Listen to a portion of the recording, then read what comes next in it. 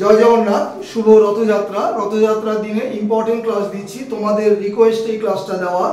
SSC MTS এবং SSC CGL English এবং general awareness এর দুটো ইম্পর্টেন্ট পার্ট আমি পড়াই।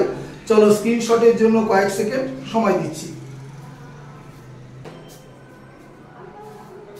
Welcome to my channel English with Sushant sir. This is Sushant sir. Topic দেখো, বাঁদিকে ইংলিশ লিখেছি, ডান দিকে জেনারেল অ্যাওয়ারনেস লিখেছি। তো ইংলিশ টপিকে মানে ইংরেজি সাবজেক্টের উপর 25টা কোশ্চেন সেট হবে।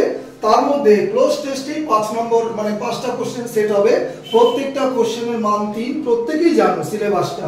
হ্যাঁ, এইবার বলবে এই মাত্র 6টা টপিক, অসম্ভব।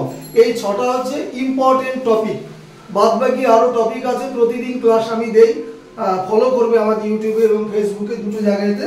দেখো কি কি ইম্পর্টেন্ট এখানে সেট হয়। সিনোনিম এবং অ্যান্টোনিম এই দুটোর মধ্যে 2024 সালে 65টা শিফটে এমটিএস এক্সাম হয়েছিল। সেখানে কিন্তু কোশ্চেন তোমার বিশ্লেষণ করে দেখা গেছে যে অ্যান্টোনিমের উপর কোশ্চেন বেশি সেট হয়েছিল, সিনোনিম থেকেও দেয় অল্প। নেক্সট দেখো, ধরো 3টে কোশ্চেন যদি দেয় তাহলে 2টো অ্যান্টোনিম, 1টা সিনোনিম, এরকম। 2 নম্বর ইডিয়মস, যেটা ইডিয়মস এন্ড ফ্রেজেস বলো, থাকবেই কোশ্চেন 2টো বা 3টে। ফিলার্স, অর্ডিনারি অ্যাপ্রোপ্রিয়েট প্রিপোজিশনের উপর শূন্যস্থান পূরণ খুব কম দেয়, ওরা হোমোফোনের উপর শূন্যস্থান দেয়, ব্ল্যাঙ্কস যেটা বলো। এবং অবশ্যই কনসেপচুয়াল শূন্যস্থান, যেটা তোমাকে 4টে অপশন দিল, 4টে ওয়ার্ড দিল, তোমাকে ওখানে সেন্টেন্সের মিনিং করে কোন ওয়ার্ডটা ওখানে বসবে, এই কারণে এগুলোকে আমরা ফিলার্স বলি। অ্যাপ্রোপ্রিয়েট প্রিপোজিশনকে ফিলার্স বলি, কিন্তু ওটা তুলনামূলক ইজি। দেখো এবার 4 আর 5, 4 নম্বর কি দিয়েছে, স্পটিং এরর্স, আর 5 নম্বর কি দিয়েছে, সেন্টেন্স ইমপ্রুভমেন্ট। দুটো পার্টি ভেরি ভেরি ইম্পর্টেন্ট। টোটালে 4টে কোশ্চেন সেট হয়। আর 6 নম্বরে স্পেলিং টেস্ট, এক্সামে দেখা গেছে রংলি স্পেলড ওয়ার্ড মানে ভুল বানানটা খুঁজে নিতে বলে, এটাই কিন্তু বেশি সেট হয়েছিল 65টা শিফটের মধ্যে। আমি 2024-এর কোশ্চেনটাই কিন্তু ধরবো, কারণ 2025-এর এক্সাম শুরু হয়নি, ফর্ম ফিল আপ শুরু হয়েছে। আর close test very very important, 5টার মধ্যে 5টাই রাইট করতে হবে, নচেত কিন্তু এখানে 25টা কোশ্চেনের মধ্যে মিনিমাম 23-24টা কোশ্চেন তোমাকে সঠিক করে আসতে হবে। পরে আমি বলছি কাট অফের ব্যাপারটা। ডান দিকে দেখো, জিএ মানে general awareness, traditional GK. Traditional GK সাধারণত 11টা বা 12টা দিতে পারে। কি কি, এর আগের ক্লাসগুলো তো আমরা বলেছি বারবার, history, geography, Indian polity, Indian economy, general science. কোনোটা থেকে 3টে, 2টো, 1টা, এইভাবে কিন্তু সেট হয়। তবে জেনারেল সায়েন্সের উপর কোশ্চেনটা একটু টাফ হয় আর একটু লেংদি কোশ্চেন হয়, অর্ডিনারি নয়। যে ধরো তোমার যে আরশোলার শাসকের নাম কি, এরকম ধরনের কোশ্চেন এমটিএস এ সেট হওয়ার সম্ভাবনা খুব কম। যাই হোক, এবার দেখো 2 নম্বরে ওরা মানে সেট করেছে কি সিএ। সিএ মানে কি, কারেন্ট অ্যাফেয়ার্স। কারেন্ট অ্যাফেয়ার্স কিন্তু মিনিমাম 5টা কোশ্চেন থাকবে।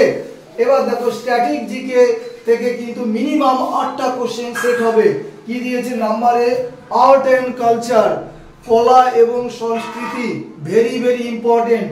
এখানে কিন্তু ডান্স, হ্যাঁ, এবং হচ্ছে ফেস্টিভ্যালস, এর উপরে কোশ্চেন অবশ্যই থাকবে, 4টে পর্যন্ত থাকবে। স্পোর্টস 3 থেকে 4টে কোশ্চেন থাকবে। আবার সিএ দিয়েছে কি এখানে, ইন্টারন্যাশনাল অর্গানাইজেশন, আন্তর্জাতিক সংগঠন বা সংস্থা, এখান থেকেও কিন্তু কোশ্চেন 2 থেকে 3টে থাকবে। যা আবার জিকে ক্লাস মানে জেনারেল অ্যাওয়ারনেসের ক্লাস যখন আলাদা নেব তখন আরো বিশ্লেষণ করে দেব, ঠিক আছে। তো এইবার দেখো তোমার কাট অফের ব্যাপারটা বুঝে নাও। এখান থেকে যদি তুমি মিনিমাম বলি কিন্তু 22টা কোশ্চেন রাইট করতে পারো, এখান থেকে যদি 18টা করতে পারো, 22 আর 18 কত হয়, 40। 40 মানে 3 4 বারে 120। তাহলে নর্মালাইজেশনে তুমি মানে ওয়েস্ট বেঙ্গলের বাইরে কিন্তু চান্স আছে। আর যদি টোটালে তুমি 43টা কোশ্চেন রাইট করতে পারো, তাহলে নর্মালাইজেশনের পর ওয়েস্ট বেঙ্গলের চান্সই অনেক বেশি, ঠিক আছে। এবার কোনটায় কত, অবশ্যই ইংরেজিতে টার্গেট, কারণ এখানে কারেন্ট অ্যাফেয়ার্সে কিন্তু সমস্যা হয়ে যাবে অনেকটাই চাপের। তাহলে এখানে স্ট্যাটিকে সম্ভবত 7 থেকে 8টা কোশ্চেন সেট হয়, আর ট্র্যাডিশনাল সেট হবে 11টা। তাহলে 7 আর 11 18। এইবার সিএ থেকে 1টা 2টো তোমাকে পেতে হবে, তবে 18 বা 20 পর্যন্ত যদি পাওয়া যায়, আর এখানে 23 বা 24 যদি পাওয়া যায়, তাহলে 43 বা 44টা কোশ্চেন কিন্তু আমার এসে যাবে। তাহলে 129 বা 132 কিন্তু আমি পেতে পারি। তবেই কিন্তু ওয়েস্ট বেঙ্গল সার্কেলে আমার চান্স আছে।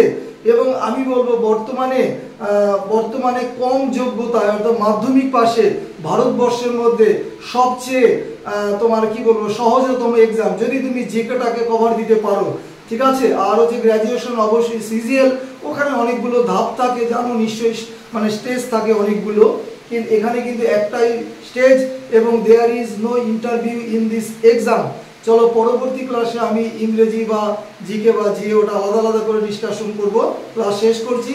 Have a good night.